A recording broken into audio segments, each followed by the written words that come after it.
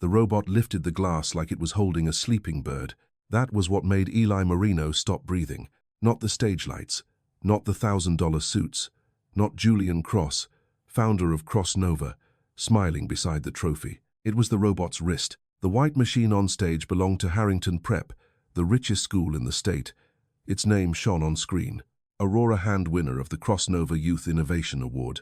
The audience clapped when the robot picked up the glass. Eli did not clap. He watched the wrist tilt left, correct itself, then curl 3 fingers before turning back. 3 fingers, 1 turn, a tiny hesitation. Maya's hesitation. His little sister had built that flaw into her first robot at South Rail Makerspace because her hands shook too badly to hold a paintbrush. She called it the shy wrist. Eli remembered telling her to fix it. No, Maya said. If someone makes it perfect, they stole it wrong. Then the tremors got worse. Maya stopped coming. Her little robot vanished when adults with Cross Nova badges walked through South Rail. Now that same mistake stood on a rich school's robot, while strangers clapped for someone else. The host smiled. And now, our honorable mention from South Rail Makerspace, Eli Moreno. Eli walked onto the stage with an old plastic robot case. Inside was Maya's first wrist module, scratched, taped, with Maya Test 03 written in purple ink. Julian reached for the trophy. Eli did not take it. He pointed at the winning robot. That robot is using the hand my sister built. The applause broke apart. Dr. Nolan Pierce stepped forward. This is clearly an emotional misunderstanding. But Eli watched the robot's wrist move again. 3 fingers, 1 turn, and this time, Julian Cross saw it too. Julian Cross had spent 18 years teaching machines to imitate human hands, but in that moment, he realized he had forgotten how a real one looked when it was afraid. The boy on stage gripped the plastic case so tightly his knuckles had gone pale. He was thin, dark-haired, dressed in a white shirt that did not quite fit. The badge on his collar read, Eli Moreno South Rail Makerspace, printed smaller than the badges worn by Harrington Prep. Dr. Nolan Pierce reached for the microphone before the host could recover. "Ladies and gentlemen," he said, voice smooth enough to quiet the murmurs, "innovation competitions can be emotional. Eli's sister was part of one of our community programs, and loss can make similarities feel very personal." A few people nodded as if that explained everything. Eli looked at them, then at Julian. "She didn't just join your program," he said. "She built that wrist before you people knew her name." Pierce's smile stayed in place, but his eyes sharpened. Julian raised one hand, stopping security before they reached the boy. The gesture was small, almost lazy, but every guard obeyed. A finger could move a room faster than truth could. "Let him speak," Julian said. Cameras turned toward the stage. Harrington Prep's team stood behind Aurora Hand in matching silver jackets. Their lead student, Ava Whitlock, stared at Eli's plastic case like it had crawled out of a place she had been told did not matter. Eli set the case on the stage floor and opened it. The wrist module inside was ugly compared to Aurora Hand. Its casing was patched with clear tape. One servo had been replaced with a smaller motor that did not match the others. A purple wire looped around the base because buying the right part had not been an option. On the metal plate, written in purple marker, were the words, Maya Test 3. Julian crouched. Up close, the little wrist was worse and better than he expected. Worse because it looked fragile. Better because nothing about it was decorative.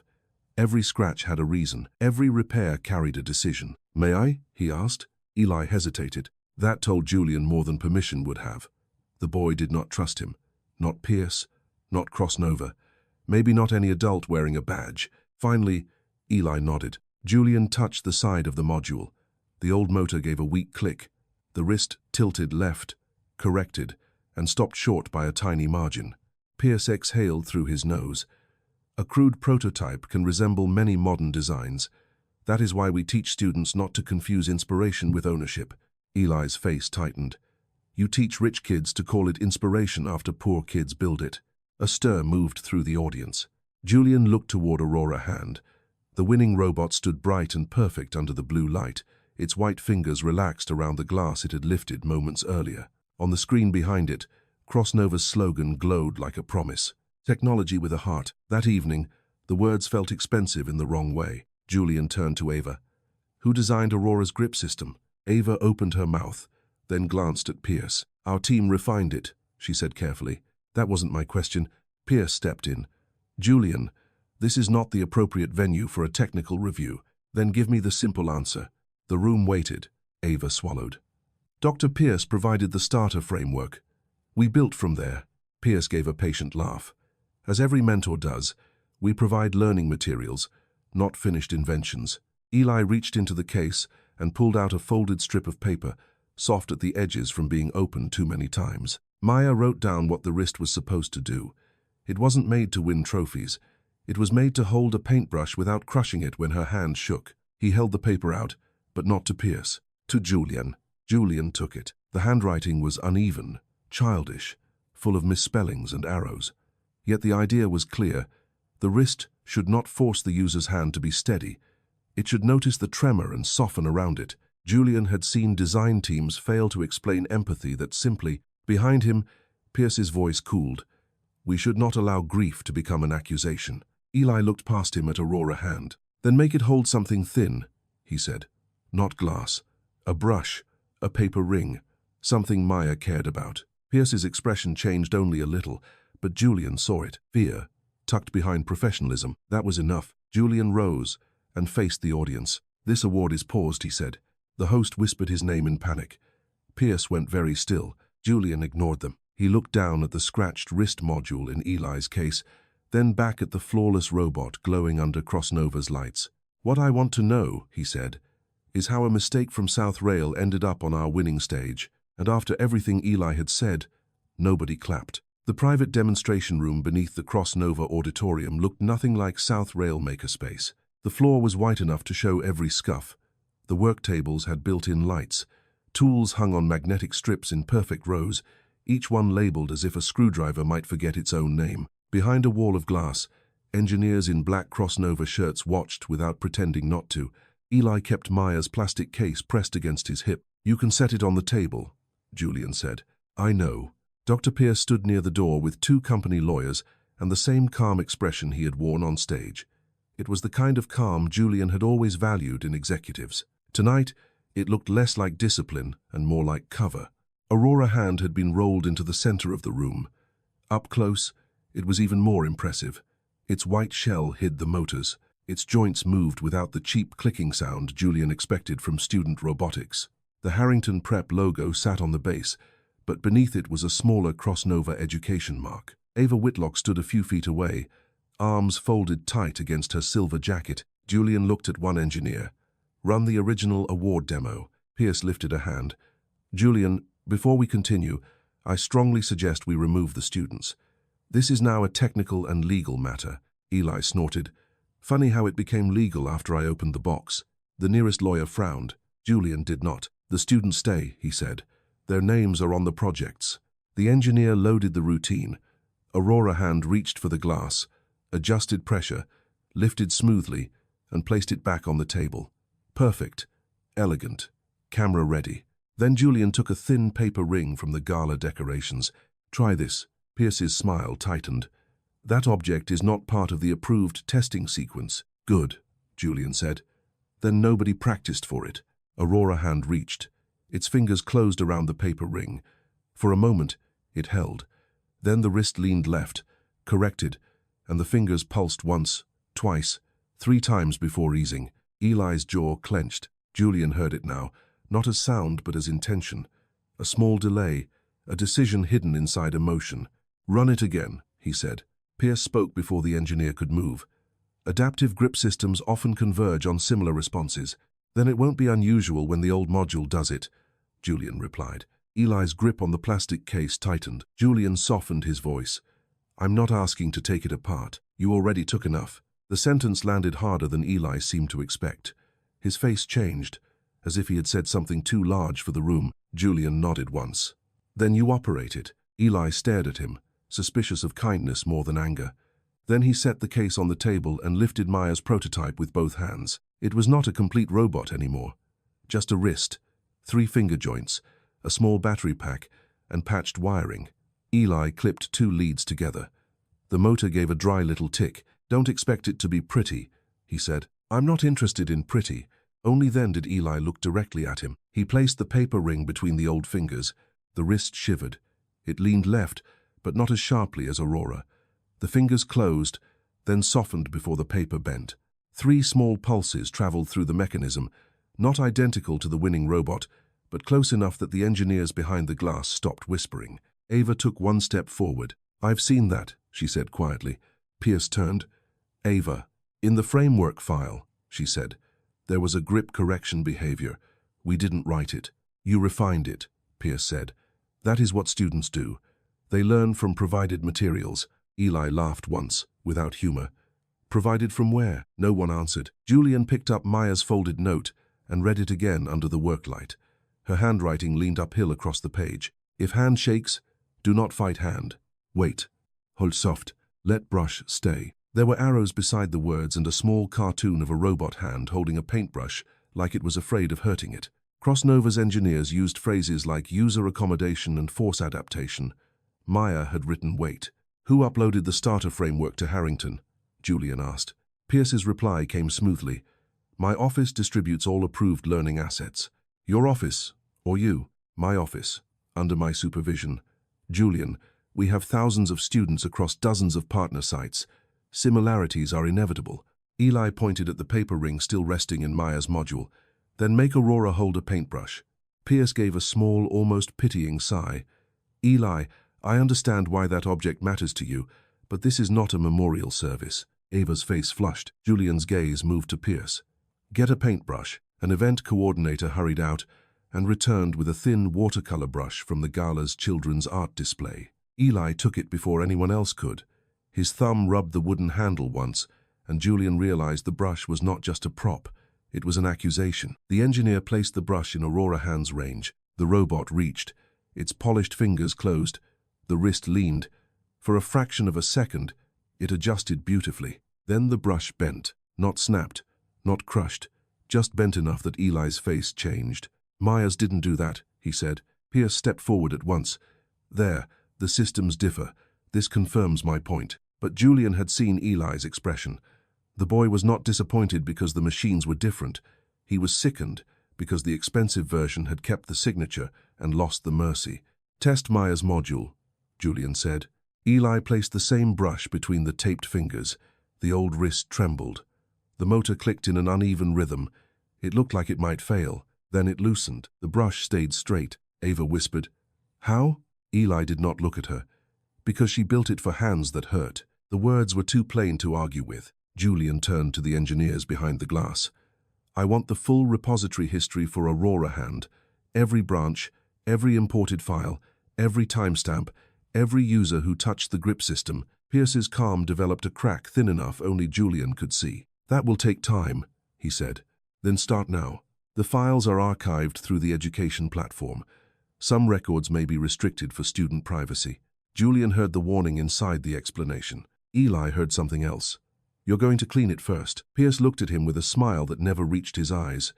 "Grief does not give you the right to insult professionals." Eli reached into Maya's case and pulled a strip of masking tape from the inside lid.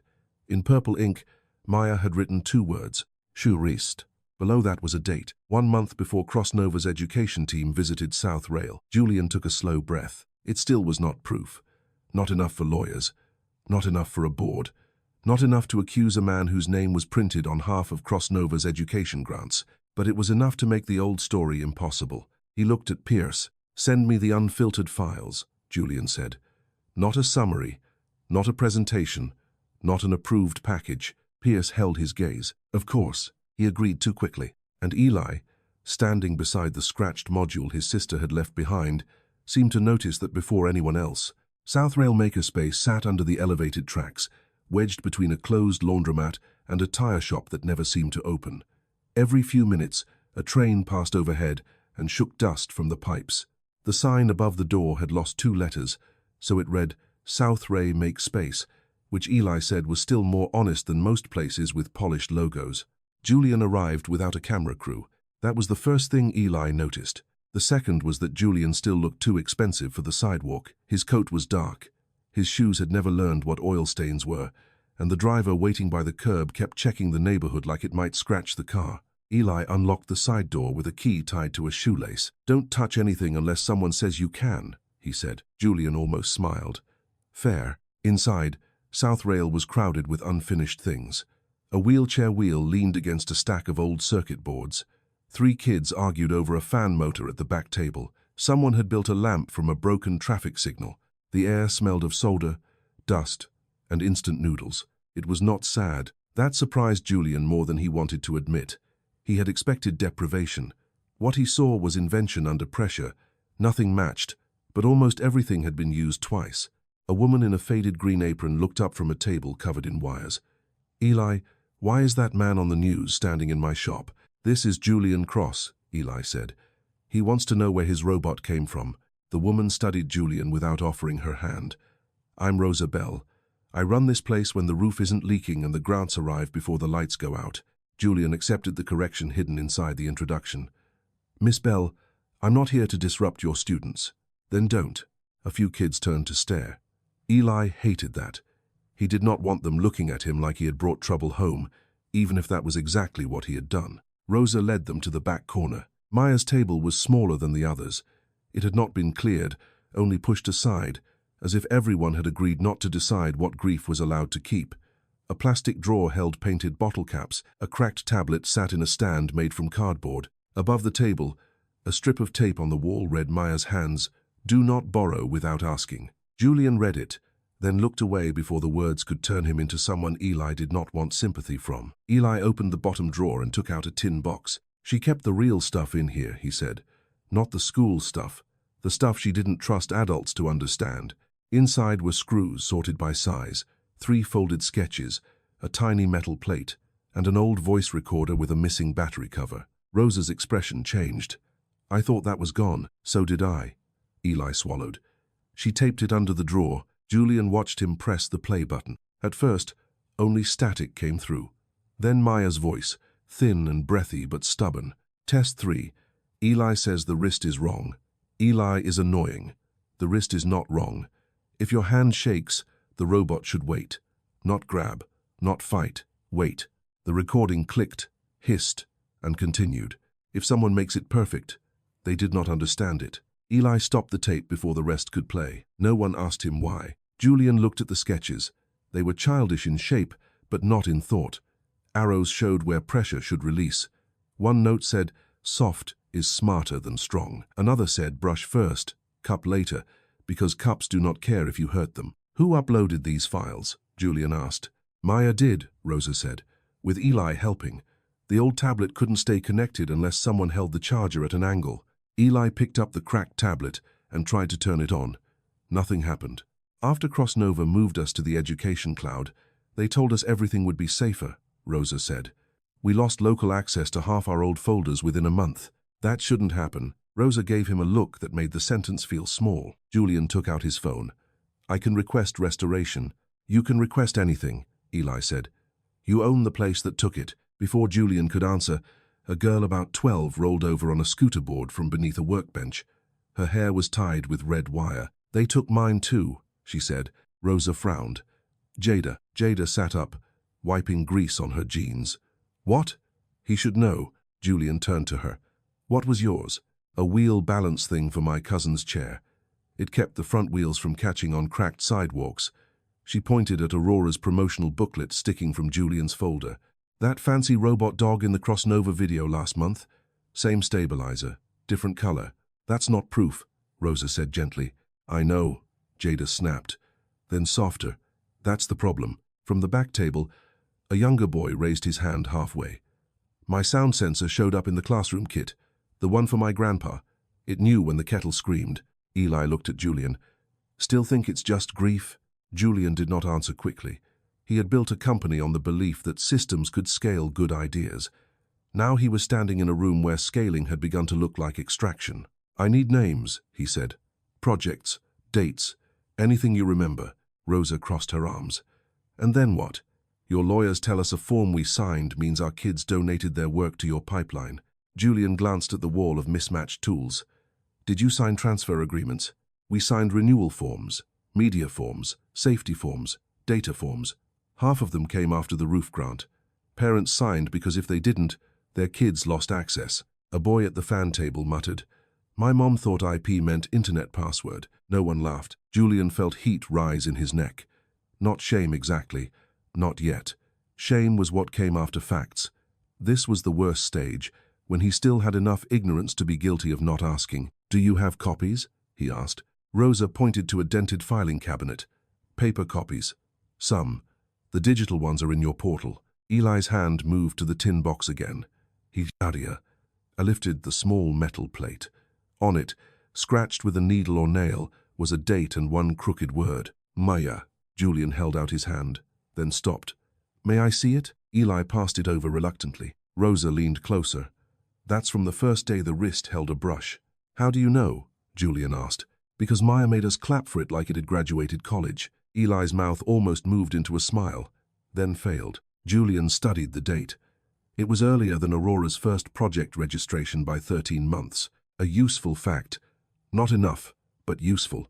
Then Jada pointed at the tin box. "What's that?" Under the sketches, half hidden beneath a strip of foam, was a broken USB drive. Its metal head was bent sideways.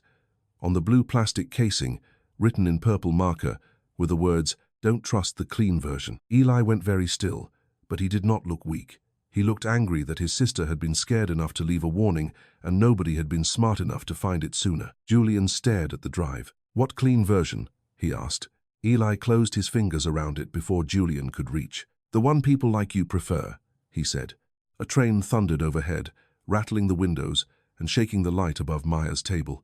When it passed, Julian heard 3 different kids talking at once, naming projects that had vanished, shifted, reappeared somewhere cleaner. Maya's wrist was not the beginning. It was the first thing that had made someone powerful look down long enough to see the pattern. The USB drive looked smaller under Crossnova's repair microscope, almost harmless.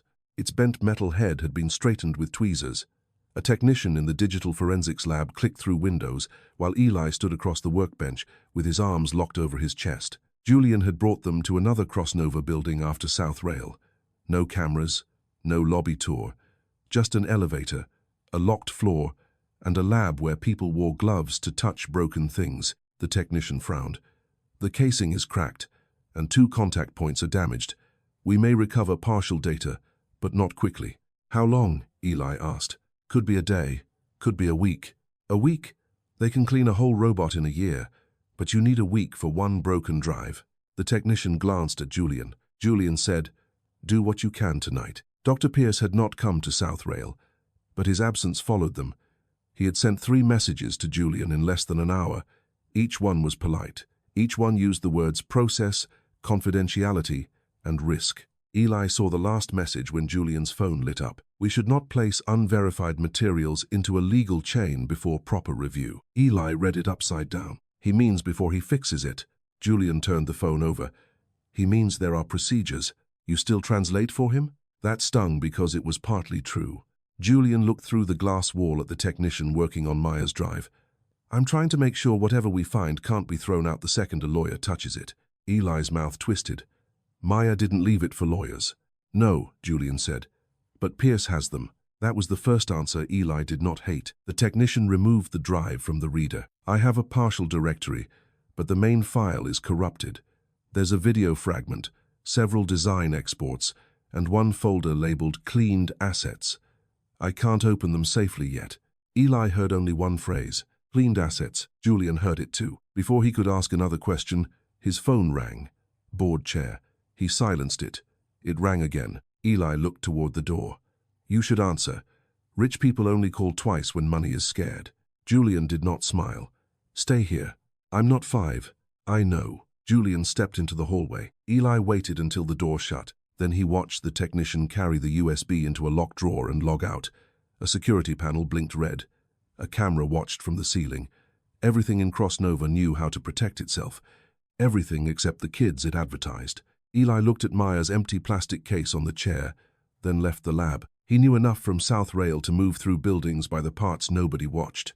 Service corridors, delivery signs, doors blocked with trash cans. Crossnova's lower floors were still attached to the competition hall by a staff passage, and Eli followed the hum until he found a door marked Event Equipment Authorized Personnel Only. It opened when someone came out carrying folded banners. Eli slipped in before it closed. Backstage smelled like cable rubber, coffee, and new carpet. The competition robots had been moved into a holding area behind temporary black curtains. Eli spotted Aurora Hand at the far end. powered down on its wheeled platform. He was almost there when a voice said, "You're terrible at sneaking."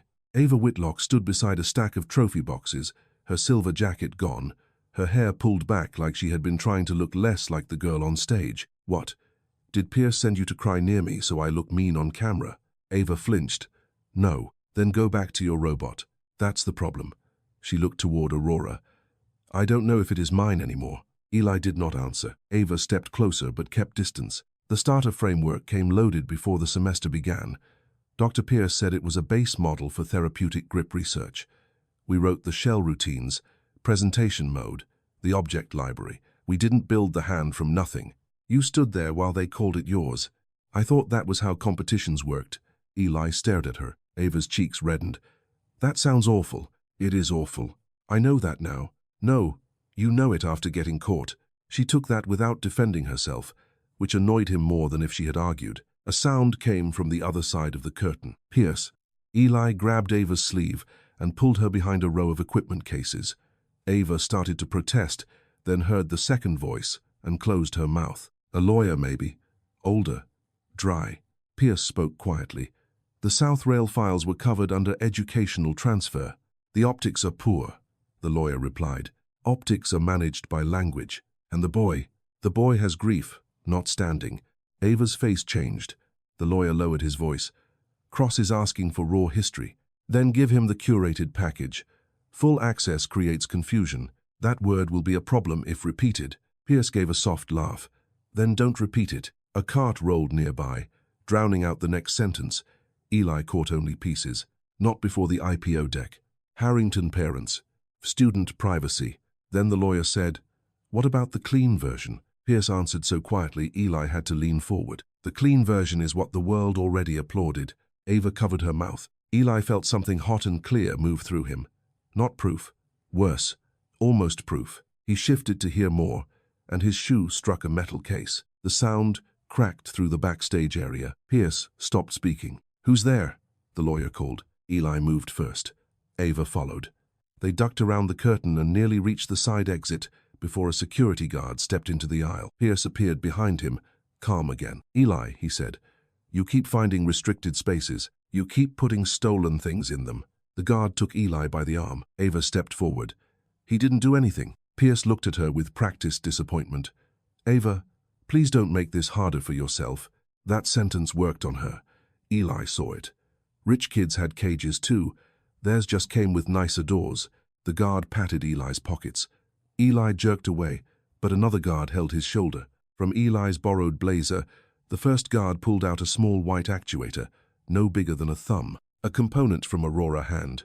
Ellie stared at it. He had never touched it. Pierce's expression did not change. "That is unfortunate." Ava whispered, "No." The lawyer stepped closer. "This is now a theft issue." Eli looked at the actuator, then at Pierce. The man did not smile. He did not need to. The trap had been built from things adults believed easily. Poor boy. Restricted area. Expensive part. Julian arrived at the end of the aisle, breathing hard enough to show he had run. "What happened?" Pierce turned toward him. "Exactly what I warned you might happen. Eli was found in a restricted equipment area with a component from the winning robot in his possession." "It wasn't in my possession," Eli said. "It was in my pocket because someone put it there." The lawyer gave a tired look. "That is a common claim." Julian's eyes moved from the actuator to Eli, then to Ava. Ava's hands were shaking, but her voice came out steady. "He didn't take it." Pierce looked at her. "Did you see who placed it in his pocket?" Ava hesitated. That hesitation hurt Eli more than the guard's grip. "No," she said. Pierce spread his hands slightly, almost sadly. "Then we have to follow procedure." Julian did not answer at once. Eli watched the choice form in his face.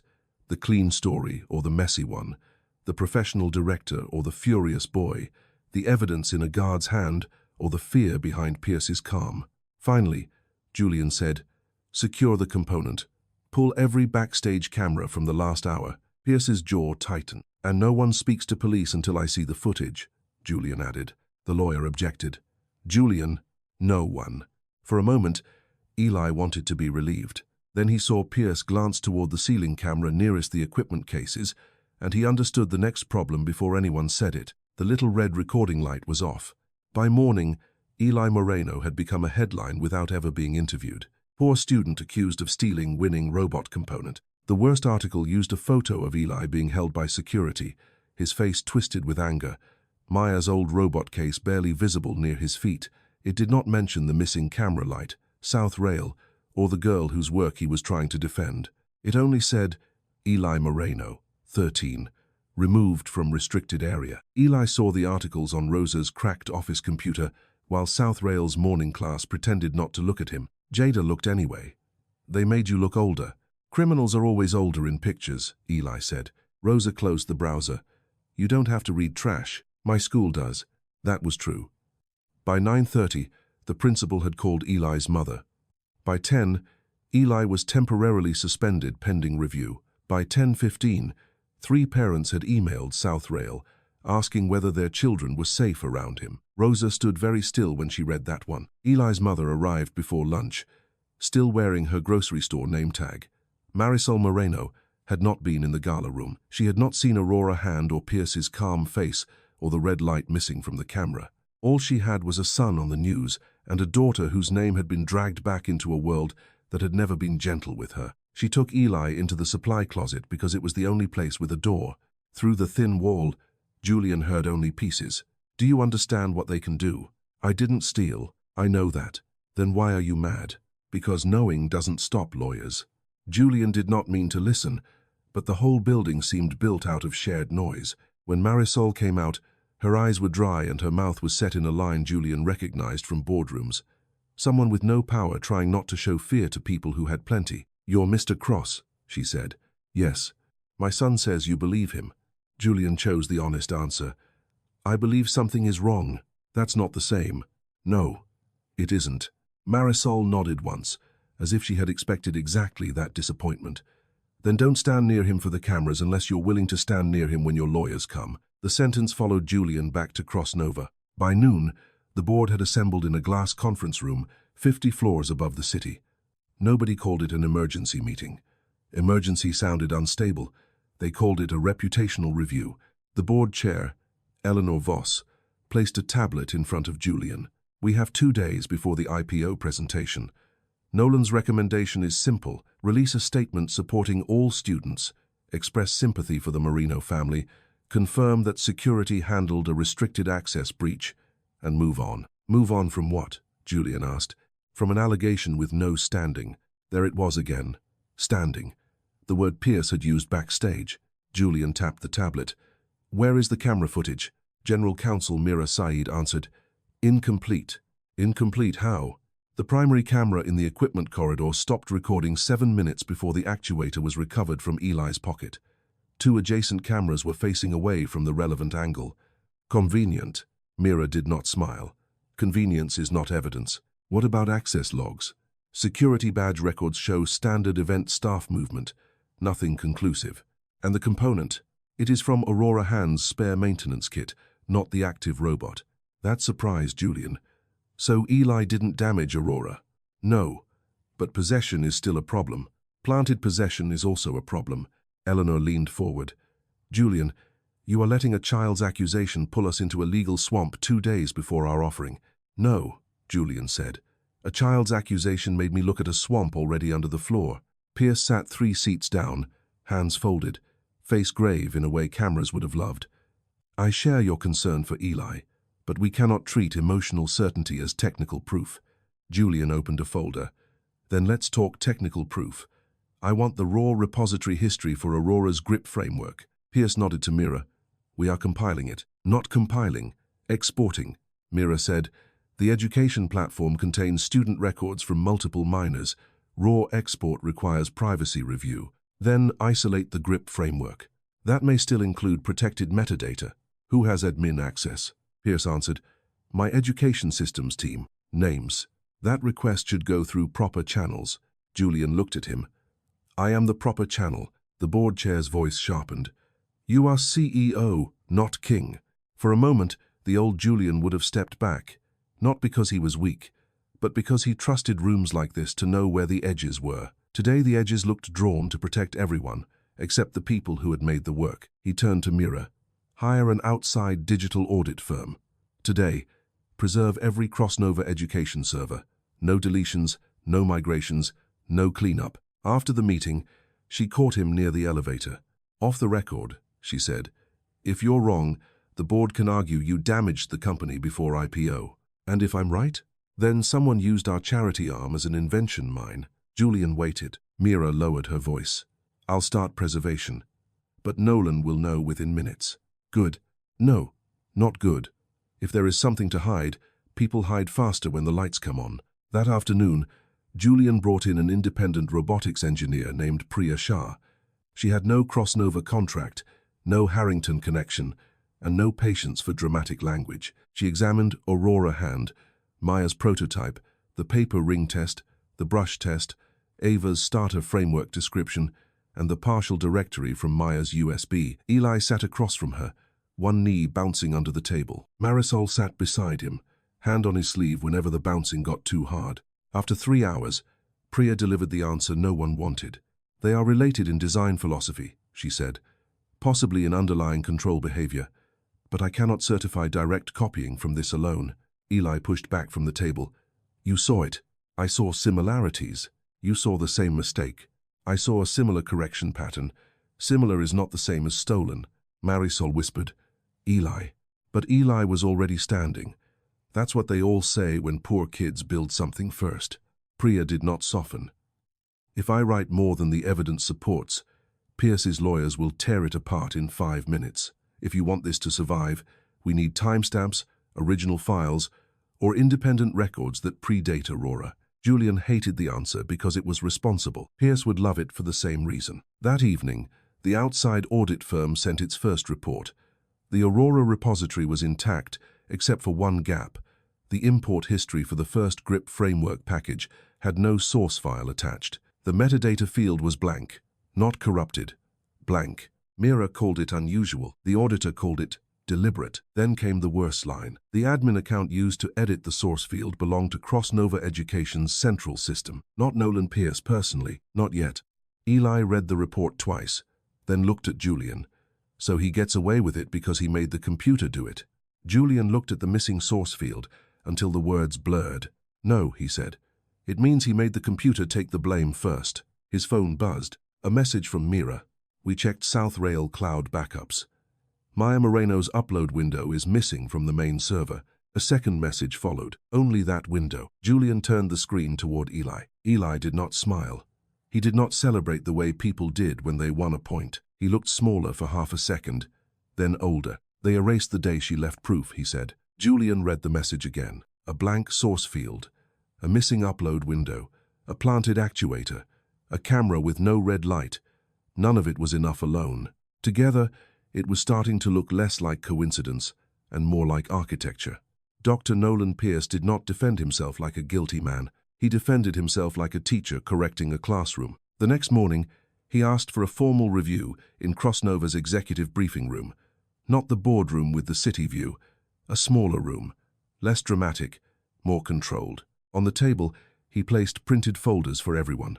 Julian, Mira, Eleanor Voss, 2 board observers, a privacy counsel, and 1 outside auditor who looked as if he regretted answering his phone. Pierce's folder had tabs: program history, student consent, open, source frameworks, incident report, and recommended resolution. Julian saw the last tab and knew the trap was already built. Eli was not invited. That was Pierce's first victory. Given the age of the students involved, Pierce began, I think it is important that we remove emotion and return to documents. Mira opened her folder. Documents can be emotional if they were written to hide something. Pierce gave her a mild look. I'm sure we all want accuracy. A slide appeared. CrossNova Education Asset Pipeline. It looked clean and almost impossible to hate at first glance. Community makerspaces created student projects. CrossNova generalized the strongest concepts into teaching tools, and teaching tools became starter frameworks. Pierce did not call it taking. He called it scaling. He showed signed consent forms from South Rail, Rosa Bell's signature, parent signatures, a digital checkbox beside Maya Moreno's student account. Julian leaned forward. Maya was 10. Her guardian consent was recorded through the site administrator, Pierce said. Recorded is not the same as understood. That is a social concern, not a legal defect. Eleanor Voss looked at Julian. Unfortunately, that may be true. Pierce moved to the next slide. It showed Aurora Hand's development timeline. Harrington Prep had months of workshop logs, student notes, CAD revisions, and presentation edits. Ava's name appeared everywhere. So did 3 other students. The record looked full. Too full. What about the missing source field? Julian asked. Pierce nodded, as if he had been waiting for the question. A migration error. The education platform changed metadata structure last spring. Several source fields were lost. Several? A list appeared. 43 projects with blank source fields. Pierce continued. This is not unique to Aurora Hand. Julian felt the room shift, not toward truth, toward relief. People loved errors when errors made guilt less personal. And Maya's missing upload window, Mira asked, also affected by migration. South Rail had connectivity interruptions that month. That month, Julian repeated. Pierce did not blink. Underfunded sites often do. The insult was dressed as pity. Then came the incident report. Pierce showed still images of Eli backstage. Eli near the equipment area. Eli being stopped. The actuator in the guard's hand. The missing camera footage was described as a battery failure in a temporary event camera. The boy was under stress, Pierce said. He entered a restricted area and was found with a component. I do not recommend criminal escalation. I recommend compassion. Julian heard the blade under the word. Pierce opened the last tab. Crossnova would offer Eli Marino a full STEM scholarship, counseling support, replacement funding for South Rail, and a private memorial credit acknowledging Maya's early participation in therapeutic robotics exploration. In exchange, the family would sign a non-disparagement agreement and agree not to make ownership claims regarding Aurora Hand. Eleanor Voss removed her glasses. That is generous, she said. Julian looked at the page until the words became what they were, a price tag tied to a child's grief. This is not resolution, he said. It's a receipt. Pierce's voice remained gentle. Julian, we cannot let an unprovable allegation damage hundreds of students, a public offering, and a program that has helped thousands. Sometimes leadership means protecting the broader mission from a painful misunderstanding. There it was, the rationalization. Almost noble if you did not look at who it crushed. Mira's phone buzzed. She checked it, then looked at Julian. What? He asked. Marisol Moreno just received the same offer. Eli's mother received it in South Rail's supply closet because that was where she had gone to cry without Eli seeing. Rosa stood outside the door like a guard. Eli knew anyway. He had learned the shape of bad news from adults trying to hide it. When his mother came out holding the envelope, her face was too careful. How much? He asked. Eli, how much did they say Maya is worth? Marisol flinched. Rosa said, Don't do that to her. But Eli could not stop. They want me to shut up, right? They want to buy the place a new roof and give me a school I can't walk into without everyone knowing why I'm there. His mother's voice broke only at the edge. They can take our apartment, Eli. They can sue me.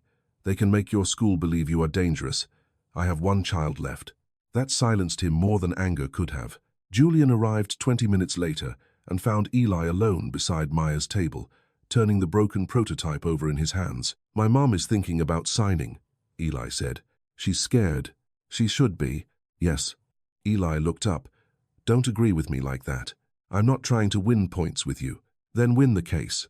Julian had no answer clean enough to offer. His phone vibrated again. Unknown sender. A video file. The message beneath it read, I should have said this sooner. Ava. Julian played it on Rosa's old tablet with Eli, Marisol, Rosa, and Jada gathered around. Ava appeared in her bedroom. No makeup, no silver jacket, just a frightened girl in a room full of trophies. In that moment, Eli saw that she had not only been praised for a system she did not build, she had been used as the polished face of a lie she had been too sheltered to question. My name is Ava Whitlock, she said. I was team lead for Harrington Prep's Aurora Hand presentation. I need to state that our team did not design the core therapeutic grip system. We received a starter framework from Dr. Nolan Pierce's office before project selection.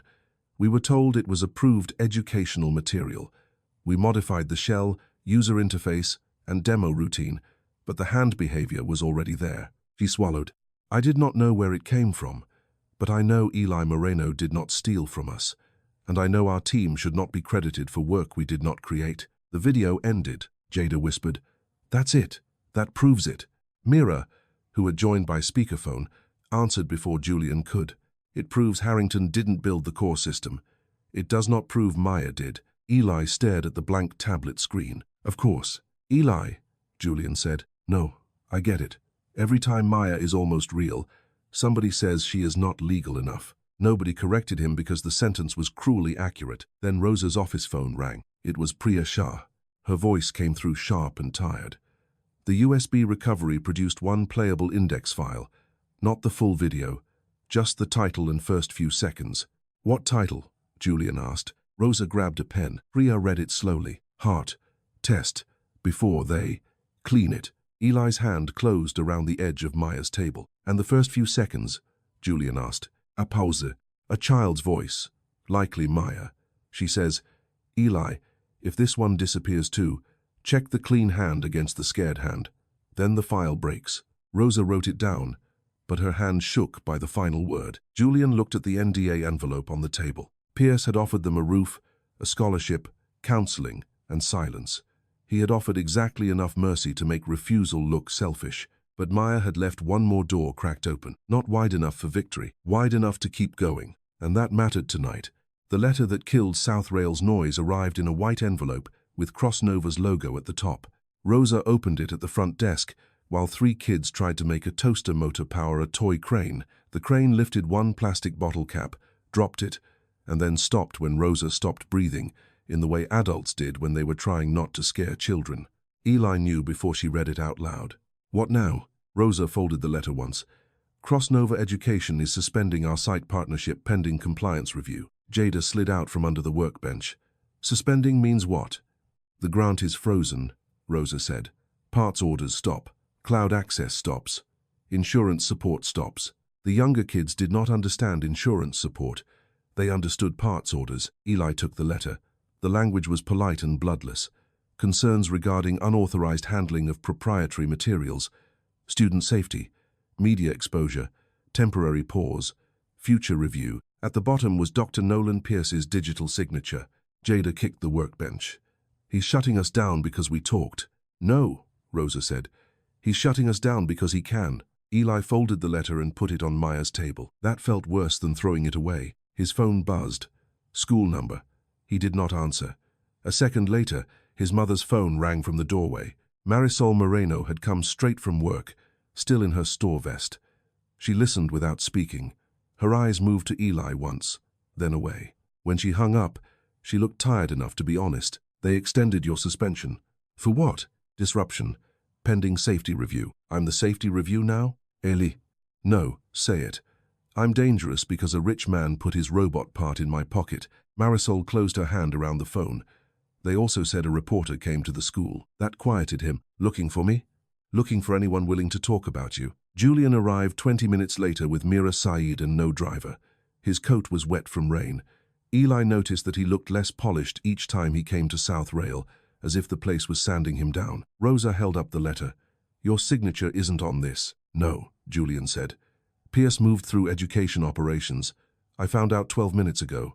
Then unmove it, Jada said. Mira stepped forward.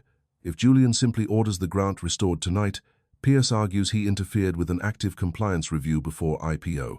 If the board removes him before we secure the files, Pierce controls the story and the servers. Eli hated that she was right. Julian placed a black equipment case on Maya's table. We need a different kind of proof. Rosa frowned. What kind? A live comparison, he said. Tomorrow's IPO presentation already has a robotics demo.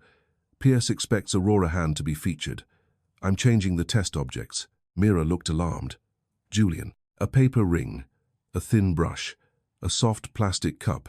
Objects Maya designed for before anyone cleaned the system. Eli stared at him. You want to put her wrist on your IPO stage? No. I want to give the stolen version a task it was never taught to respect. That sounds like the same thing with better words. Julian accepted the hit. Then you decide. If you say no, we find another way. Everyone looked at Eli. That was almost worse than being ignored. He looked at Maya's module. It had survived storage, theft, lawyers, and his own anger. But it had not been built for a corporate stage. It had been built because Maya wanted to paint without asking Eli to hold the brush for her. No, he said. Marisol's shoulders lowered in relief. Then Eli added, "Not unless I'm the one operating it." Marisol closed her eyes. "Eli, please. I'm not letting them touch it without me." Julian nodded. "Then you operate it." Rosa pointed at Julian. "If this becomes a performance where poor kids cry and your stock price survives, I will drag that robot off the stage myself." "I believe you," Julian said. Mira's phone buzzed. She checked the screen. Pierce just filed a preservation objection. He claims the outside audit is exposing minors' educational records. "He's buying time," Julian said. "No, he's buying authority. If the board accepts his privacy argument, we may lose raw access until after IPO." Eli looked at the old module. "Then tomorrow is all we have." No one said yes. That made it true. They worked into the evening. Not a montage. Nothing clean enough for that. The old wrist failed twice. One wire burned hot. A motor slipped and made the fingers lock around the paper ring until Jada pried them open with tweezers. Eli snapped at her, then apologized without looking up. At 9, Ava Whitlock appeared in the doorway. Jada's expression sharpened. "Did the winner come to donate guilt?" Ava took it. "I came to help." "With what?" Eli asked. "I know Aurora's presentation mode. If Pierce tries to block the live test, he'll claim the robot wasn't calibrated for unexpected objects. But there's a manual input override in the demo tablet." Julian looked at her. "How do you know?" "Because I used it to make the Rose demo look smoother during rehearsals." Ava's voice thinned. "I thought that was normal too." Eli wanted to hate her. It would have been easier if she stayed a villain. Instead, she rolled up her sleeves, sat beside Jada, and misidentified a soldering tip within 30 seconds. Jada stared at her. "You really are from Harrington." Ava almost laughed. Then she didn't. For 1 hour, South Rail became what Cross Nova claimed its program had always been. Kids from different worlds, sharing tools without someone above them, turning it into a brochure. Near midnight, the wrist worked. Not perfectly. The old motor still clicked. The casing still trembled. But when Eli placed the thin brush between the fingers and Jada shook the table lightly to mimic tremors, the wrist waited. It softened. It held. Marisol covered her mouth and turned away. Eli pretended not to see. Julian did see, and said nothing. He was learning that silence could be respect when it did not hide. Mira closed her laptop. "We have a test. We still don't have enough legal proof." "Then tomorrow we make Pierce stop hiding behind summaries," Julian said. Ava looked toward the rain-dark window. "He won't let it happen." "No," Eli said. "He'll try to make sure Maya fails before anyone sees her." At 2 in the morning, Rosa locked the makerspace. Julian offered to have security watch the building. Rosa refused Cross Nova security and called 2 fathers from the neighborhood instead. It did not matter. When Eli arrived at sunrise, the side door was still locked. The fathers were asleep in folding chairs near the front. Nothing looked broken from outside. Inside, Maya's table had been opened. The plastic case lay on the floor. The wrist module was still there, but the power leads had been cut cleanly. The battery pack was cracked. The thin purple wire Maya had looped around the base was severed in 2 places. Marisol reached for Eli, but he stepped away before her hand landed. He picked up the module carefully, as if pain could spread through metal. Julian entered last and saw the cut wires. No one needed to explain. Pierce had not stopped the demo with lawyers. He had tried to make Maya's hand go quiet before it could speak. Eli did not scream when he saw the cut wires. That scared Marisol more than if he had. He carried Maya's prototype back to the work table and placed it down with both hands. The purple wire hung loose from the base. The battery pack had split along one corner. Whoever had done it had not smashed the whole thing. They had made careful cuts, the kind a person made when they understood enough to disable, but not enough to love the machine. Jada leaned over it. Power leads are gone. Batteries dead. Servo cables nicked. Ava came in behind her, hair still wet from the rain, and stopped when she saw Eli's face. "Can it be fixed?" Julian asked. Eli picked up the severed purple wire. "Not the way it was. Nobody spoke over that." Then Jada opened a drawer. Good thing Maya never built anything only one way. For the next 2 hours, South Rail became a repair room with no spare time. Jada stripped wire from an old radio. Ava downloaded Aurora's public calibration manual and searched for anything matching the damaged connector. Rosa found a battery from a broken medical toy. Eli worked without looking up, except when someone reached too fast toward the wrist. At one point, Ava offered the wrong connector. Eli snapped, "That'll burn it." Ava pulled back. "Sorry." He wanted to stay angry, but the old wrist trembled under his hand like something injured, and anger wasted seconds. "Hold the light higher," he said. She did. Julian watched from the edge, useless with tools and aware of it. So he did the only useful thing left. He called Mira. "I'm changing the IPO program," he said. Mira's answer came sharp. "You're not changing it. You're detonating it. Then prepare the blast radius." By noon, CrossNova's investor hall was full.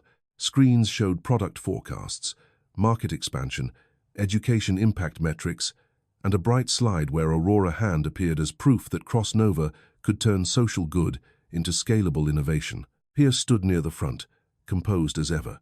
When he saw Eli enter with Maya's repaired module in its plastic case, his eyes moved once to the security director. Julian saw it. "No one touches the boy," he said quietly. The presentation began with polished confidence. Executives spoke about growth. Board members nodded. Pierce gave a brief section on education, calling Aurora a model of collaborative learning across social boundaries. Eli's fingers tightened around the case. Then Julian stepped to the microphone before the final investment slide could appear. "We are changing the demonstration." A murmur passed through the hall. Pierce rose. "Julian, the approved sequence was approved before I had reason to doubt it." Mira, pale but steady beside the side wall, sent a command from her laptop. The screen behind Julian changed. Live technical review Aurora Hand, South Rail module. Now the room truly shifted. Julian placed 3 objects on the demo table: a paper ring, a thin paintbrush, and a soft plastic cup. "These objects were not in the award routine," he said. "They were taken from early notes belonging to Maya Moreno, a South Rail student whose work entered our education platform before Aurora Hand was registered as a Harrington project." Pierce moved toward the stage. "This is irresponsible. You are exposing protected student materials without review. No names will be shown without consent," Mira said. "And Maya's mother gave consent this morning." Marisol stood at the back. She did not wave. She only held Rosa's hand and stayed. Ava walked onto the stage next. The hall knew her from the award footage. Cameras turned. "My team did not create Aurora's core grip system," she said into the microphone. "We received it as a starter framework from Dr. Pierce's office. We built parts of the presentation. We did not build the hand." Pierce's face tightened. "Ava is a miner under enormous pressure." Ava looked at him. "That's true, but it doesn't make me wrong." Julian nodded to the engineer. Aurora Hand went first. The polished robot lifted the paper ring. Its wrist corrected neatly. The ring survived. A few investors relaxed. Then came the brush. Aurora's fingers closed. The wrist tilted, pulsed, and adjusted. For a second it looked perfect. Then the bristles bent against the table. Eli stepped forward with Maya's module. The repaired wrist looked terrible under the lights. One wire was red, one was purple, one was borrowed from something that had once played music. It clicked when Eli powered it on. Pierce almost smiled. Eli placed the brush between the taped fingers. The module trembled. The brush shook. Then the wrist waited. Not long. Less than a breath.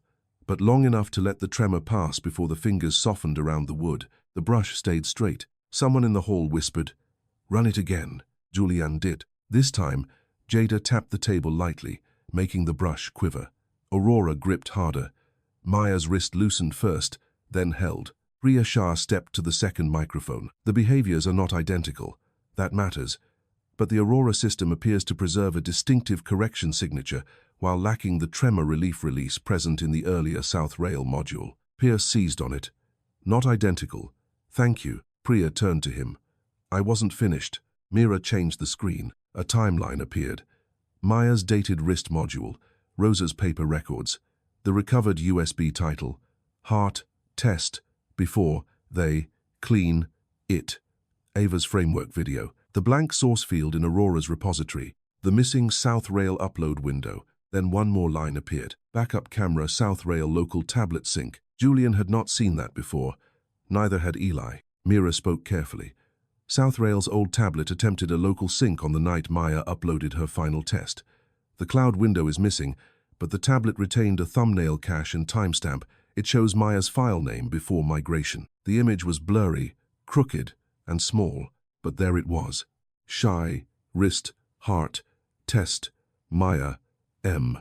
Uploaded 13 months before Aurora's registration. Pierce looked at the screen, then at Mira. A cache thumbnail is not an ownership ruling. No, Julian said, but it is enough to stop pretending this is grief. Pierce's voice cooled. If you halt this offering over an emotional interpretation, the board will hold you responsible. Julian looked at the investors, then at Eli, then at Marisol standing in the back with both hands pressed together. I am responsible, he said.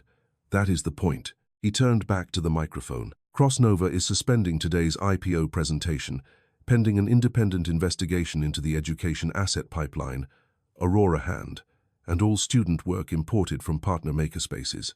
A shock moved through the hall. Not silence, but sound breaking into pieces. Questions, cameras, chair legs, phones. Pierce stepped toward Julian. You are destroying years of work. Eli answered before Julian could. No, he's just not letting you put your name on ours anymore. For once, Pierce had no professional sentence ready. Aurora Hand sat flawless on one side of the table. Maya's repaired wrist clicked softly on the other. Ugly, taped, and finally seen. The ethics hearing was held in a conference center Crossnova did not own. That mattered to Marisol. No glowing logo. No silver slogan. No investors waiting for a clean ending. Just an independent panel, 2 state education officials, parent representatives, and student chairs placed in the front row. Dr. Nolan Pierce sat with counsel on one side. Eli sat with his mother on the other. Maya's repaired prototype sealed in a clear evidence box between them. Pierce spoke first because professionals usually did. The education asset pipeline was designed to expand access, he said. Any overlap between student prototypes and generalized frameworks resulted from lawful program development, not misconduct. A panelist looked down at the file, then explained why source metadata was removed from 26 community site uploads and preserved in 0 private school uploads.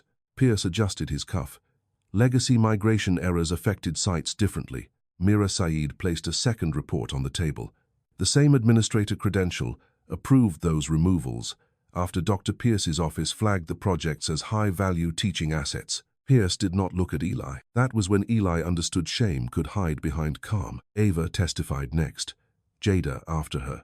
Rosa Bell brought paper copies with coffee stains, roof leak marks, and signatures from parents who had thought they were renewing access, not surrendering ownership. Then Julian Cross stood. He did not bring slides. My company called these children future innovators, he said, but we built forms they couldn't challenge, systems they couldn't audit, and success stories they couldn't control. Dr. Pierce exploited that. Crossnova allowed it. Pierce's lawyer objected to the word exploited. The panel chair let it stand. By the end of the day, Pierce was suspended pending legal referral. Aurora Hand and every product tied to the pipeline were frozen for rights review. South Rail's funding was restored under a new agreement written with parent council present. The official record changed one line that mattered most to Eli. Eli Moreno was no longer listed as a disruptive student. He was listed as student inventor, reporting witness. And beside Maya Moreno's name, the panel added 2 words Crossnova had never given her while she was alive. Original designer. Marisol read those words twice before she touched the edge of the evidence box. She did not cry in the way cameras understood. She pressed 2 fingers to Maya Test 03 and whispered, she would have argued about the font. Eli almost laughed. The sound broke before it became one, but it was the first thing that day that did not feel like a hearing. It felt like Maya had been allowed back into the room as more than a memory. 6 months later, South Rail Makerspace still smelled like solder, dust, and noodles. That was how Eli knew it had survived. Crossnova had offered new floors, new windows, a new sign, new workstations, and a photographer to document the reopening. Rosa accepted the workstations and rejected the photographer. The sign above the door was repaired only halfway, because Jada argued that South Rail Make Space sounded like an instruction, not a mistake. Eli pretended not to care. He cared. The roof no longer leaked over the robotics table. The parts cabinet had labels that made sense. On Wednesday nights, a community lawyer sat by the old filing cabinet and explained contracts to parents in words that did not require a degree to fear. No child signed anything alone anymore. Julian Cross came by twice a month, never with press. At first, Eli refused to speak to him unless Rosa was in the room. Julian accepted that. He did not bring gifts the second time. He did not bring speeches the third. By the fourth, he brought a broken desk fan and asked Jada if she could teach him why it screamed when it turned. Jada charged him $5. He paid. Crossnova's IPO remained delayed, The company lost investors, then gained different ones.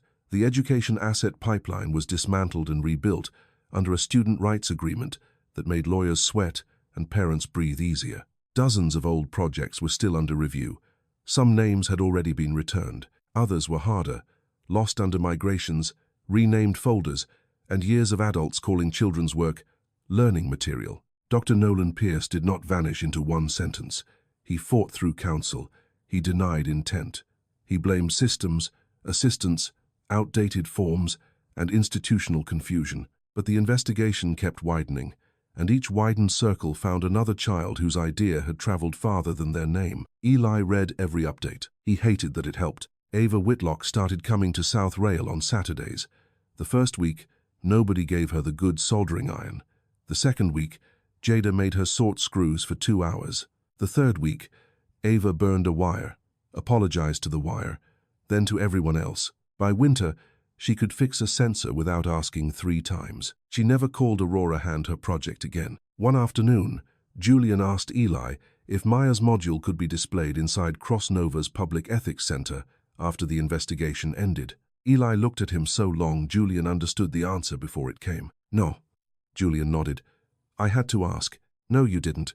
That was also true. Eli opened the old plastic case. The repaired wrist lay inside, still ugly, still taped, still carrying the purple wire Jada had spliced back together. The metal plate beside it had been cleaned, but not polished. Maya Test 03 remained crooked and stubborn. They already took her into your building once, Eli said. She's staying here. So Maya's module stayed on the back wall of South Rail, above her old table, not in a glass shrine but on a working shelf. Kids could see it. Rosa made one rule. Nobody touched it without asking Eli or Marisol. Marisol asked to touch it more than anyone expected. Sometimes she came after work and stood near the table without speaking. Sometimes she brought Maya's old paintbrush and set it beside the module for an hour, then took it home again. Healing, Eli learned, was not a door opening. It was people returning to the same locked place until their hands stopped shaking at the key. On the first day of spring, a new student arrived at South Rail, a small boy with a bent backpack and a broken toy crane. He stared at Maya's wrist for a long time. Why doesn't it point straight? He asked. Eli looked up from the motor he was cleaning. For a second, he almost said it was a flaw. Then he remembered Maya laughing on the cracked floor, refusing to fix what made the machine honest. It's not supposed to point straight, Eli said. The boy frowned. Why? Eli placed a thin brush between the old fingers and switched the module on. The wrist clicked. It leaned left. It waited before it held. Because some hands shake, Eli said, and good machines should know how to wait. Outside, a train passed over South Rail and rattled the windows. This time, nothing fell.